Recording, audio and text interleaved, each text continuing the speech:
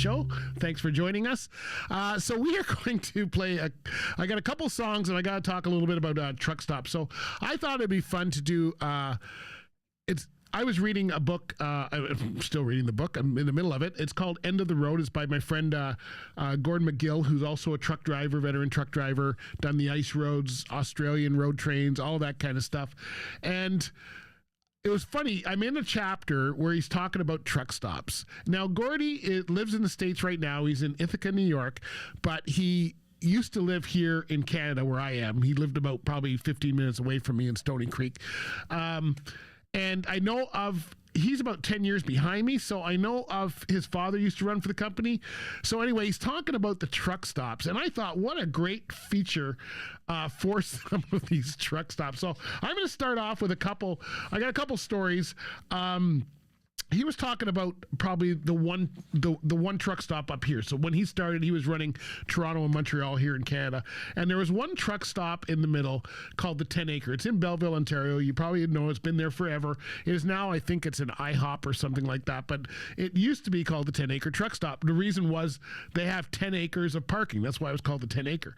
Now, there's a couple reasons that this is one of the famous things. First of all, it was perfectly situated between Toronto and Montreal. Second of all the waitresses wore short skirts and had been there. I think they're not there anymore, but the waitresses actually had a 30-year career. That's how long they were at this truck stop.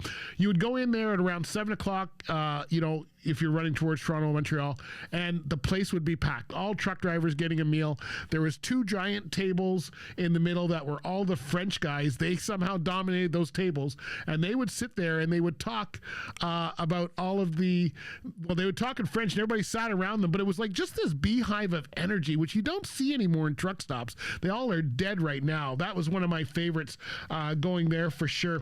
And then I think probably the most efficient truck stop that I ever liked was when, I don't know if you know the Petro chain, they're in the United States.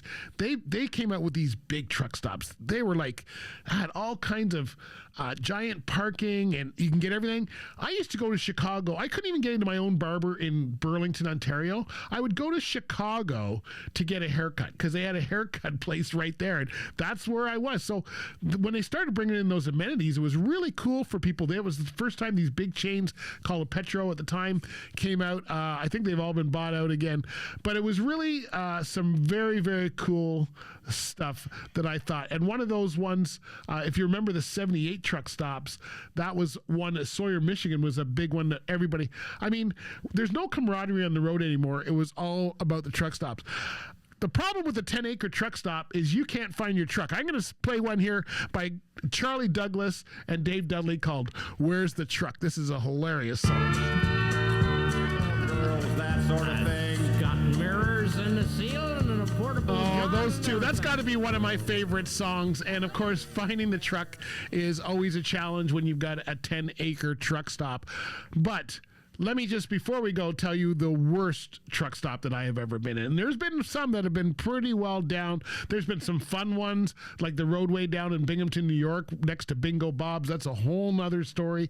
But the worst one I was in New Hampshire. Now, we had to stop at certain fuel stops, and I went up to this one, and of course, I think it's still the same, but back in the day, when you bought fuel, you got a free shower. So you tried to kind of time your showers with your fuel so that you weren't paying out of pocket for a shower.